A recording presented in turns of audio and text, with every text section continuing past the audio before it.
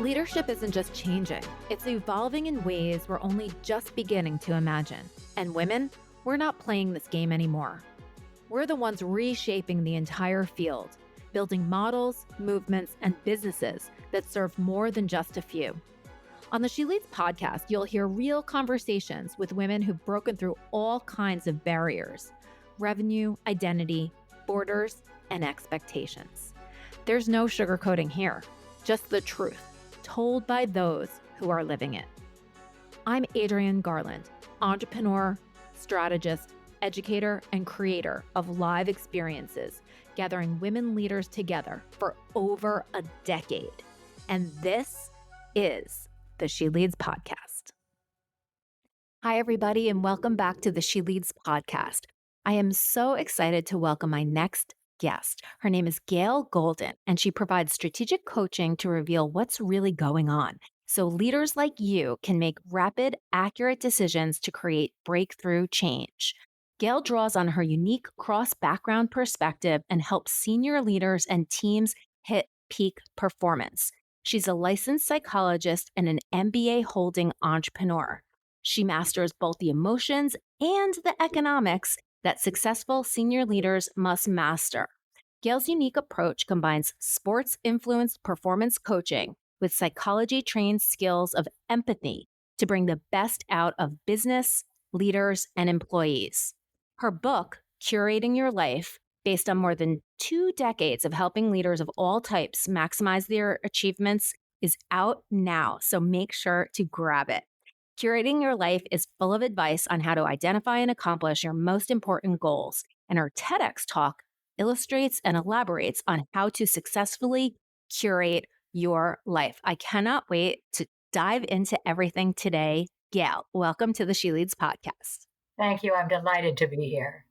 Well, I am so excited to see you again because you were a featured keynote speaker at She Leads Live Los Angeles, which was a breakthrough moment really for me because our She Leads Live conference has never been produced or executed outside of New York City. So that was a growth moment for me personally and for She Leads Live. So I'm so excited that you were a part of that. Before we were chatting, before we were recording, we were talking so much about the women entrepreneurs that have, they've established their business, they're successful, they're going toward that $1 million mark, or maybe they've even gotten there. And they realize that something's got to change. Indeed. Yes. Yeah. So can you talk a little bit about your work and how curating your life, it really applies to leadership, but also to women entrepreneurs that are not only curating their business, but they're also curating their life to support the growth of their business? Absolutely. Adrienne, do you want me to take a minute to just talk a little about the Curating Your Life framework first, and then we'll hone in on this particular challenge? Does that make sense? Beautiful. I would love that. Okay. So keeping it brief, I spent the first half of my career as a psychotherapist and then switched over into leadership consulting and coaching. Very different groups of people that I was working with. But curiously, there was one problem that nearly every one of my clients talked about: feeling overwhelmed, exhausted, and inadequate most of the time. Didn't matter if I was talking with a global CEO or a stay-at-home mom, I kept hearing about this same problem. Meanwhile, we all know there's a simple answer to that problem: work-life balance. Except it doesn't work. I've never met anybody who has a balanced life, and the concept doesn't seem to be helping us get our arms around this problem. So I thought, well, okay, there's got to be a better way to think about and manage the challenges of our lives so that we don't have to feel overwhelmed, exhausted, and inadequate most of the time, which frankly is a crummy way to feel. Yeah. I started thinking about how a curator puts together an exhibit. And I thought, okay, first, the curator has to figure out what is the exhibit about? What's the theme? What's the focus? What matters? And then she has to make 3 difficult choices. The first one is, what doesn't belong in the exhibit? It might be a beautiful piece of art, but it doesn't belong. It's by Van Gogh, and this is an exhibit about Picasso. It doesn't belong in the exhibit. Second, what goes into the exhibit? But it goes in one of the side rooms for the people that are really interested. It's not the main thing. And finally, what are the two or three magnificent pieces that are the focus that will hang in the Great Hall? And I thought, what if we were to think about our life the way that curator thinks about her exhibit? First of all, get very clear about at this time in my life, what's important? What is my life exhibit about? It could be all kinds of things, and it's very personal. Could be work related, could be personal, could be health related, could be I want to change the world. I mean, lots of different examples of that.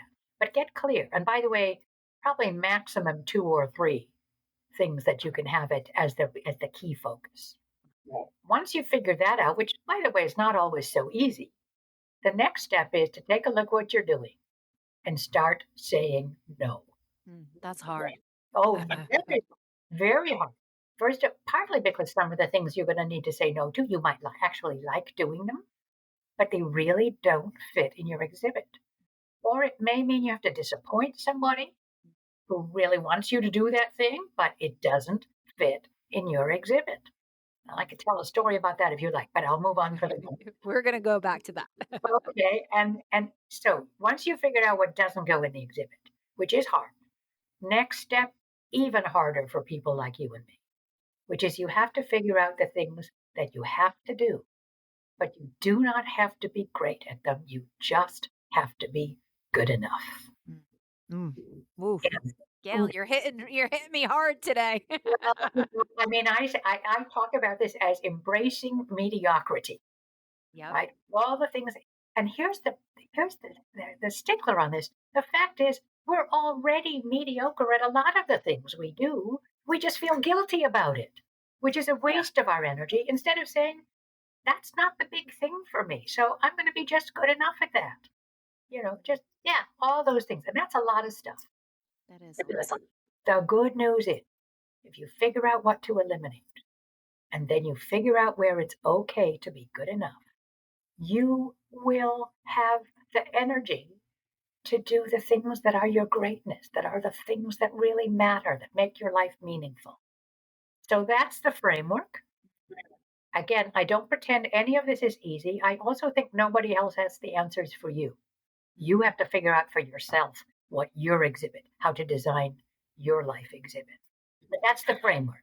Gail, I want to stop and just kind of take a moment to really let that framework settle in our listeners' ears because it is so powerful on a multitude of levels. Everything from, saying no to really sort of picking the magnificent pieces to showcase. I think what's really great about this framework too, just like a gallery, it's not static, right? So those exhibits change. And so too can the focus in our lives change. And I think that that is so relevant and especially important for women entrepreneurs that have started out and they have had a vision for the business that they want to create and they go all in on that. And then they get to a certain point in their business where maybe that gallery needs to switch out the paintings. Well, very much so. In fact, I would even say if your exhibit, your life exhibit, doesn't change from time to time, something's wrong with your life. Yeah. You Yeah. you are not growing, you are not changing, you are not open to new experiences. And those upheavals can be really hard. Sometimes they come out of you and what matters to you. Sometimes you get fired and you have to figure out what happens next. Or your company falls apart and you have to start again. So there are all kinds of things that happen. And yes, recurating is a regular part of this process. Just as a museum that never changes its exhibits is going to be boring and people will stop going to it. That's right. You know? I love this parallel. I think it's so apropos. And I also think what's really neat about it is I talk about this a lot. Something that I don't think that we're necessarily taught as we're sort of, going through school and making choices of where to go to college and maybe grad school and doctorates is people don't necessarily stop to ask us like what do we want, and they don't give us the tools to sort of move in and out of working for somebody, starting your own business. So we get very wrapped up in our identities of how we are working, at least here in the United States, right? So how does one move from, let's say, corporate leader? She's, risen through the ranks, Mhm. and that's been amazing. And then all of a sudden, that doesn't work anymore for life circumstances, or, like you said, a change in the corporate structure. And Mhm. she decides to go out and start this business on her own. Yes. And so this is like identity number two, or maybe, three. Mhm. And then, like I said, she starts this business, it's successful, and then she wants to go to that, 1, 5, 10, $50 million mark, and realizes, gosh, like the corporate identity doesn't fit, the startup woman entrepreneur identity doesn't fit. How do I curate that next thing if I literally don't have a vision? Because I've never done this before. Right, right. Now, I hear you talking about two big recurations. The first one, out of corporate leadership into running my own business, which is which is a biggie. It's a huge leap. Can be wonderfully exciting, and I'm happy to talk about that. The second one is, okay, I started it. It's been successful. I've grown it to this level. What matters to me now, and how should I be spending my energy Yeah. now to reach whatever that next level of greatness is that I'm looking to reach. So, do we want to talk about both of those transitions? Or yes. I mean, I would much rather focus on the transition of women that are going from successful entrepreneur to that next level, because I do think that that is something that so many people in the She Leads audience are, if they're not there, they're going to get there. Right, right. So, I'll start by just reminiscing for a moment about when I excuse me, started Gail Golden Consulting, which I had been working for 5.5 years for a consulting firm. That this was right after I had moved into consulting, and so it was very good for me to spend 5 years learning from people who were more experienced, how to do this, how to sell this, how to work on it, all those kinds of things. May of 2009, some of us may remember, was a pretty awful financial crisis. Yes. And on one brutal morning, my company laid off a third of all the consultants in one day. And I got a very nice package to get out of the way. It was May of 2009. It took me 2 weeks to realize that if I wanted a job, I had to create it. Of course, nobody was hiring consultants. It was a very bad time in the economy. So I started Gail Golden Consulting and went off to work. Now, my strategy in the first year or so, two things, I guess. One was say yes, whatever people ask you to do. If you can possibly figure out how to do it, say yes. So, and that's not a bad strategy for a business that's just starting out, is to be as broad and as open as I can to whatever opportunities are coming my way. Right. Frankly, the other strategy in that first year or two was be less expensive than the other people. Because here I am, I've been trained by this excellent consulting firm. I knew what they were billing me out at. I cut it in half. So you could now have a consultant who was trained at that level for half the price. Nice. And that was how Gail Golden Consulting got started. And we took off quite quickly and had lots of business at a time when, consulting was not the big business that it is now. So that was great strategy for then. But I'll tell you, you know, it's now, I just celebrated 16 years. Congratulations. That's no small feat. Thank you. Say yes is no longer my primary strategy, nor is being cheaper than everybody else Right. my Good. my strategy. Love to hear that. Thank you. So one of the things that has to change is your strategy, right? Is how you think about what am I doing with this business? What is my competitive advantage? Who is my target audience? All of that kind of strategic thinking needs to be different when you're at the $1 million mark than when you're at the $0 mark or, those very early years. I think that's one piece. The other piece, I think, is that when you're starting out, you really have to be willing to do it all, right? Yes. I mean, when I started out, I was the marketing department. I was the figure out sort of the administrative paper, the bookkeeping department, the you know go out and schmooze with people department, and the service delivery department. It was all me. Over time, as you can't keep doing that if you want to grow to $1 million. It's not going to be Right. possible. So then it becomes a matter of what should I delegate? What do I want to delegate? And sometimes I have to delegate things I'd like to do myself, but it's not. Well, I'll share with you, I think, a really important lesson I learned from one of my clients. He was a senior executive at a major financial institution. And one day he said to me, Gail, my motto is only do what only you can do. Hmm. Only do what only you can do. Love it. Now, it's aspirational, right? I mean, we all take out the garbage sometimes because it needs to be taken out, even though other people could do it. Right. And the same thing is true in our work lives. But if you are running $1 million company, you should be thinking about what are the tasks that only I can do, and what can I delegate. A simple example for me was I used to make my own PowerPoint slides, and guess what? They looked awful. I'm not artistically gifted. I mean, the content was good, but the look of the slides, amateurish. Yeah. And finally, one day, I had this brilliant brainstorm that I could hire a graphic artist who could do those slides in like a tenth of the time that it took me. Yeah. And they look gorgeous, Yeah. and I've been using her ever since.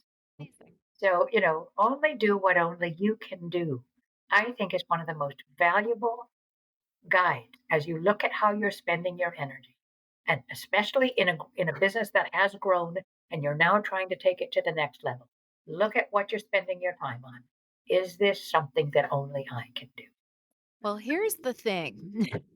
Women are amazing. And we can do incredible things across a multitude of arenas. I Yep. know that I'm even speaking for myself. I'm the type of person that I can do things from building a deck, okay, to making the best hamburger that you've ever tasted in your life, Mhm. right? But so I think that I'll take this senior executive male's wisdom and then also say, like, how can women who are so good, we have to be so good at so many things.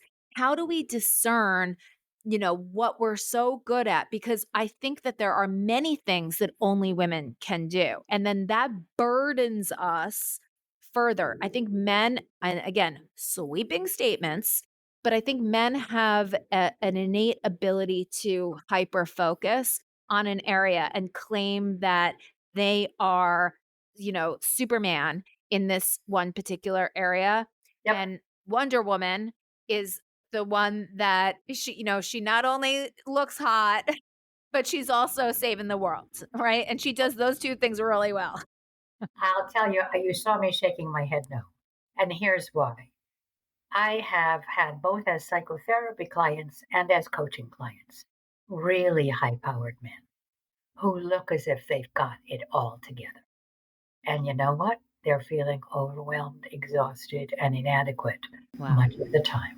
Mhm. They manifest it differently. And look, I mean, I've never had Elon Musk as a client, so I don't know what Elon Musk Thank God. I mean, don't know the man at all, so I'm not going to judge it. But the point is, I do think as women, it's a bit of a trap for us to think that men don't have these same struggles. Mm. There are things that are easier for men, for sure. There are also things that are easier for us, for Mm. sure. And again, when I think about this only do what only you can do, it doesn't mean do everything you're good at. That's the distinguishing factor. Yeah, So can you talk about that? Really yeah, tease that apart because sure. even I am a little confused with that. Okay.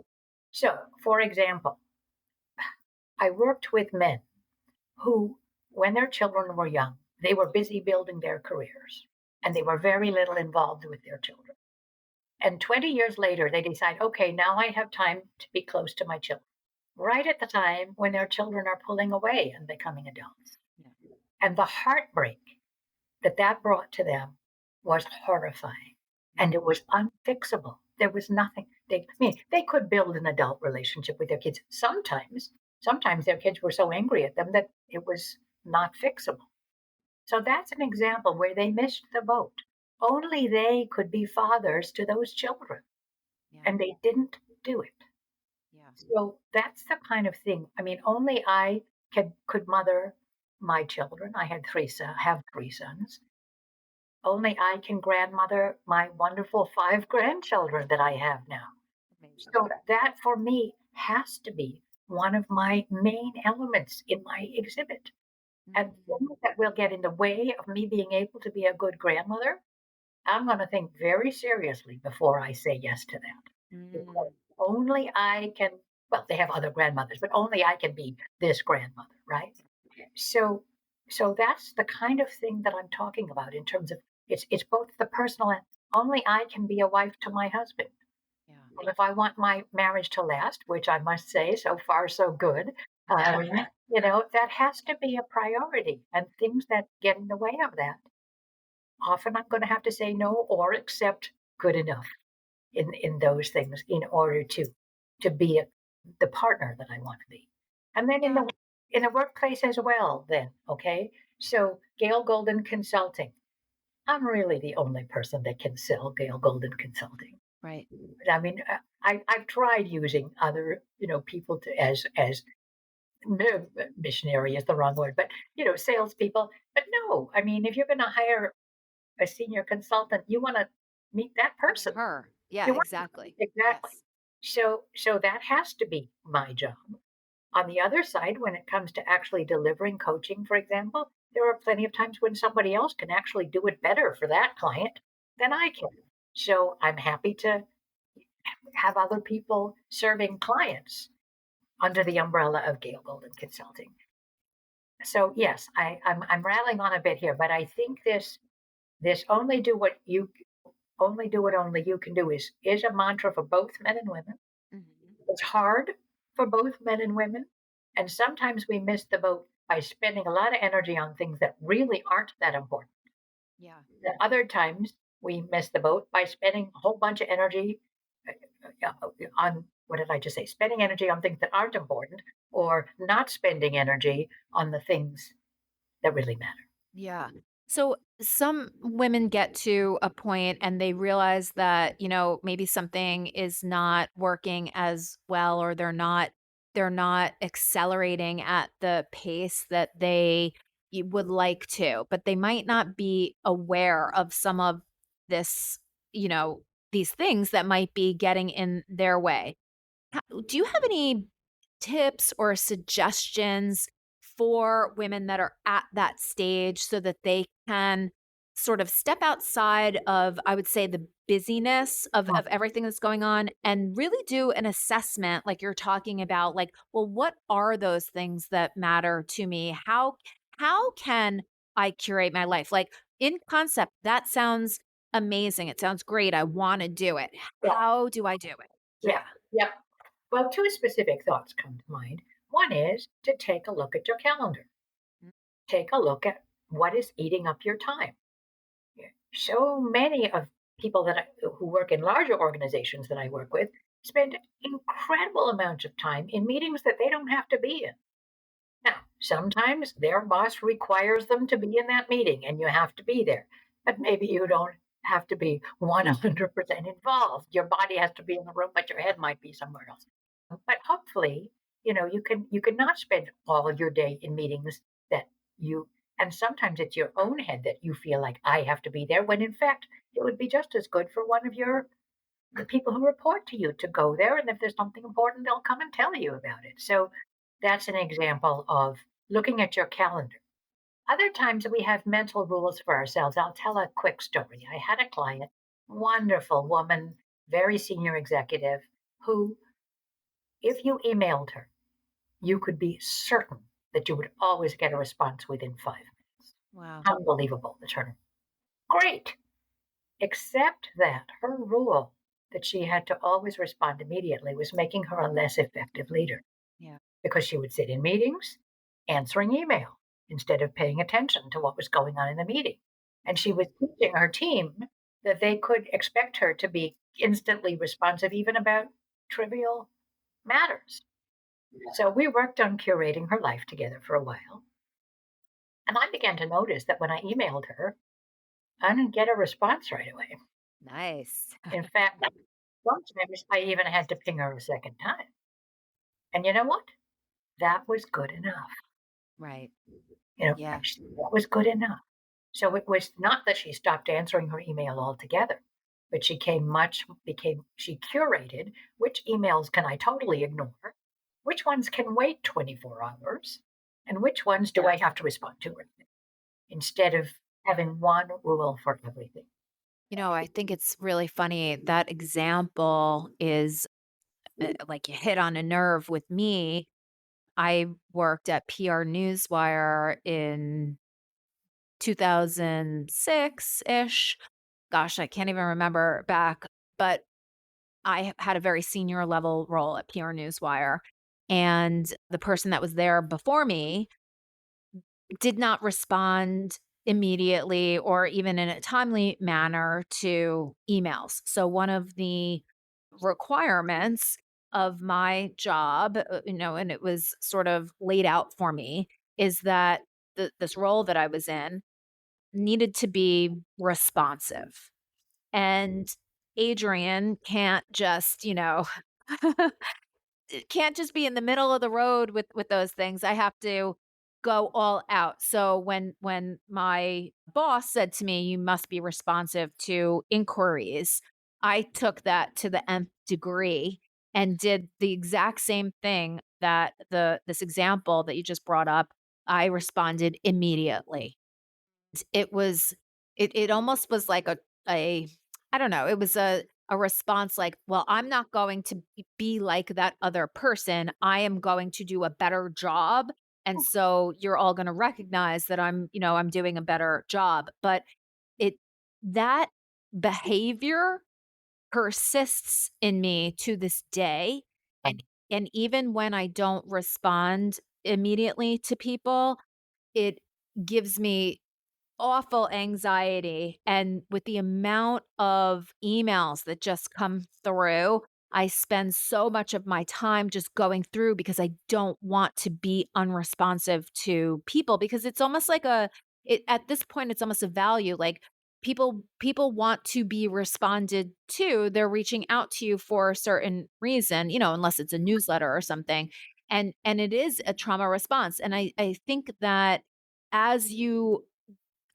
sort of grow through your career, your profession, your business, the more measured that you can be in responding to anything at all signals power, I Bingo. believe. Absolutely. I think that is a very, very good sense. The more measured you can be in your response, more tailored, more differentiating, and frankly, emotionally more measured as well, Yes. signals power. Mhm. I think that is absolutely right. If I am a servant and the bell rings, I have to respond right away. Yes. I worked as a waitress for a while. I, Woo. I was a very good waitress. I learned the rules. Believe me, my tables were very happy and I made good money. But I'm not a waitress anymore. No. And you are not a waitress anymore. And the people on this podcast are not waitresses. And Mm. we need to be thinking about how do powerful people behave. And that doesn't mean inconsiderate or arrogant. On the contrary, I thought about, as you were talking, a couple of things. One was it's important to think about what am I being measured on? And that's both by myself. How Yes. am I measuring how well I'm doing? And if my measurement is I respond to every email within 5 minutes and that really matters to me, then you probably should keep doing it. But recognize that there's a cost to it. But if that's what matters to you, It's kind of like, to me, I mean, one of the things I measure myself on is, do I look good today? And I pay time on my hair and and that matters to me. I mean, Yes. probably in the great big world, whether Gail Golden has the right jacket on today doesn't really matter, but it matters to me. Do you know what I mean? So, Yes. okay, what matters to me, and then what matters to the people who are my Mhm. family members, my boss, my whoever your people, what are they going to measure you on, and paying attention to that. I think that's number one. The other is, almost all of us carry rules in our head that we're not even aware of. Some of them come from when we were little children, and our mother or father or teacher taught us something. Some of those rules are really useful, like say please and thank you, you Right. know. but others are not. They are rigid, and as little children we take them in as black and white. This is the way it has to be. And being able as adults to spend some time thinking, gee, why am I getting so frantic about this? It doesn't seem like it's that important. Oh my gosh, this reminds me of the time my second grade teacher humiliated me in front of the class. You know what I mean? And there you go. So, what you did in terms of saying, you know what? I'm still trying to please that boss I don't even work for anymore, I know. right? Maybe I could let go of this now. Yeah. It's liberating, right? Yes, it really is. And I think having conversations like this, you might not even be aware of some of these behaviors that are actually holding you back from achieving that next level. So as someone who's growing and expanding through her business, it's almost like she has to have a mindset change, but the mind that is the one that needs to change cannot change on its own because it's sort of like, I guess you're trapped in your own thinking. So, what are some of the ways that people can almost, it's almost like brain dump, like get out of your mind. Maybe it is having conversations like that. What do you like this? What do you think is a really great strategy to help people uncover even this little epiphany like we just had? Right, right, right. Well, two things come to mind. One is, look for people who are doing it right. Good. Now, here's the major caution, though. One of the biggest mistakes we make is we compare our insides to other people's outsides, Yeah. right? And Gail Golden looks as if she's got it all together. She's got all the answers. She's got three wonderful grown-up sons and a long, happy marriage. She's got it all perfect. Yeah. Uh-huh. That's the outside, right? And inside, all kinds of anxieties and self-doubt and negative feelings about myself, all sorts of things, which I don't show to the world. So don't compare your insides to other people's outsides. But having said that, if you can look at Gail Golden or at Adrienne or at uh, other people that look to you as if they're accomplishing what you want to accomplish, what are they doing? What of that could I take and draw into my own life? I think is one way. The other way, quite honestly, though, towards uncovering what are my barriers, how am I getting in my own way? Yeah. Sometimes you can find that on your own, and sometimes you do need to have a conversation. Yeah. And if it's a really deep seated trauma related or something, you need to have a conversation with a therapist. Yeah. If it's more about strategizing about how can I be the best leader I can be and want to be, a conversation with a coach can be very helpful. Good coaches are not going to dig into your childhood trauma. That's not what we're here to do. But we are here to help you identify, every time you talk about that, you start sucking your thumb. Let's talk about what that's about. I made that up, but you know what I mean? Just Yeah. where are those places where the voice in our head is not being helpful to us? And I call there's that negative voice that tells you what an idiot you are. I call that the obnoxious ruling. Yes. And we have to learn how to deal with the obnoxious ruling. And coaching can help with that. Can I just ask you one question about coaching almost as a wrap up? Because there definitely is, I think, a lot of benefit to finding a coach who also has a therapy background at the very least because of something you just said. They I believe that as an executive coach helping, our audience, women entrepreneurs, it's great and coaching is amazing. I think there's another layer there that is super helpful because as a therapist, there are certain maybe patterns of speech or phrases that you say that reveal something deeper.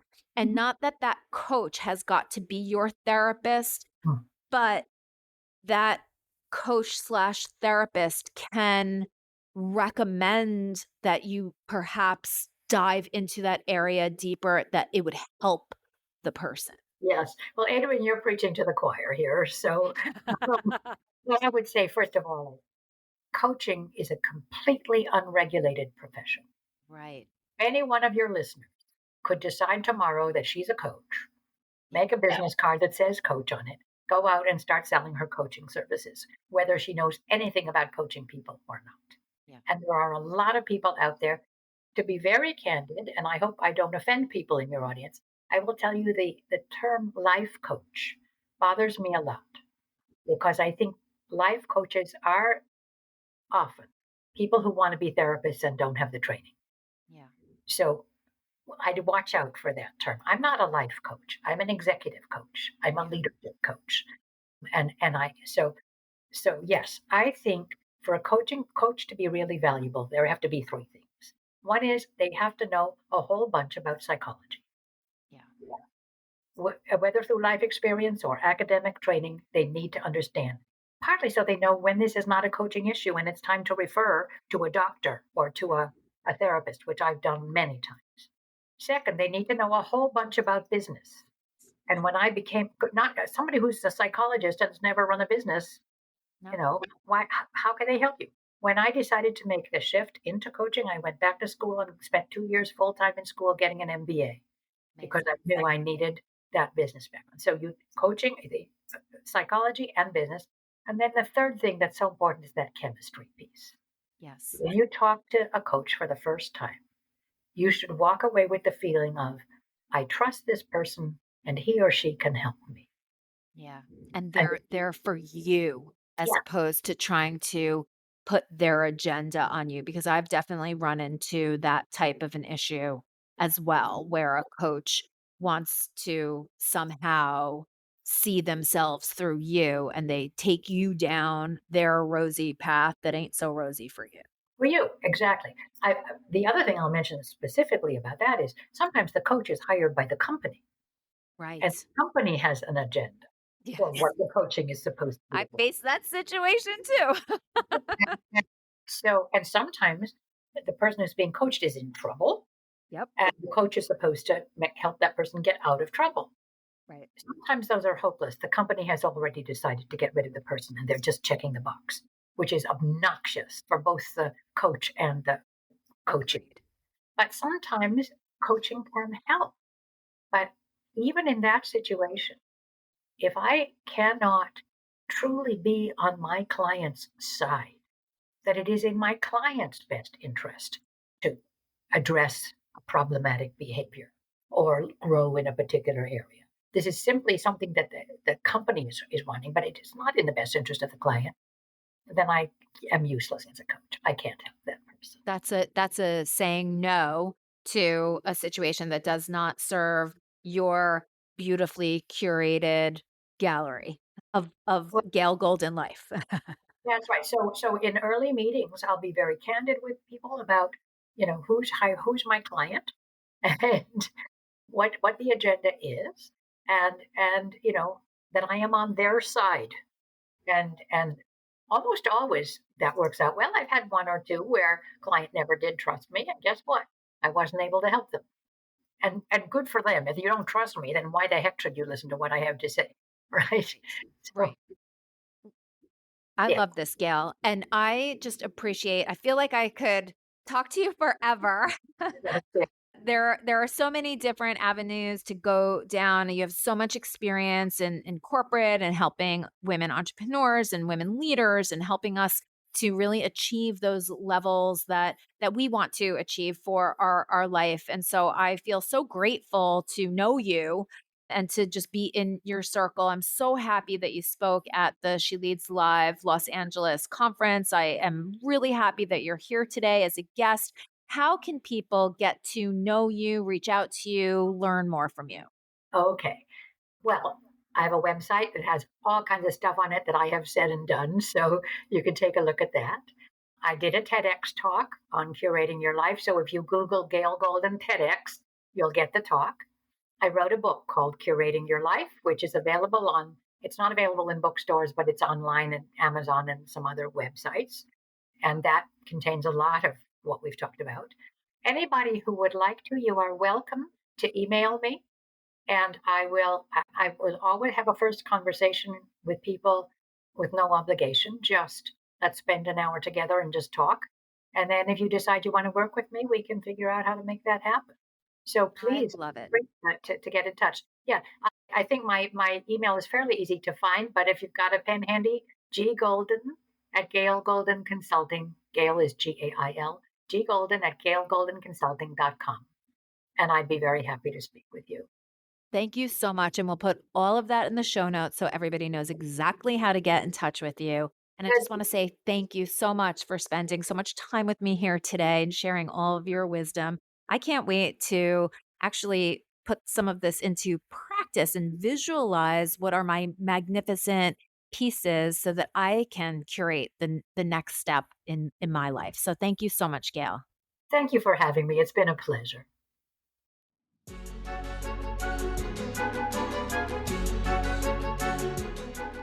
If this conversation moved you, inspired you, or made you think differently, please take a moment to leave a 5-star rating and review. It's not just about boosting the show, it's about amplifying the voices of women entrepreneurs who are leading with vision, building with purpose, and shaping what's next. We need more of these conversations in the world right now, don't you think?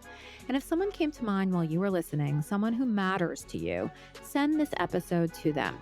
If there's something on your mind about leadership, legacy, or what's next, I want to hear it. Head to sheleadsmedia.com/voice and leave a voice memo or note. Your insight might just help shape a future episode. Make sure to follow the show and come back next week for more conversations you won't hear anywhere else. Thank you so much for listening. Hi, everybody, and welcome back to the She Leads podcast. I am so excited to welcome my next guest. Her name is Gail Golden, and she provides strategic coaching to reveal what's really going on. This is the She Leads Podcast Network.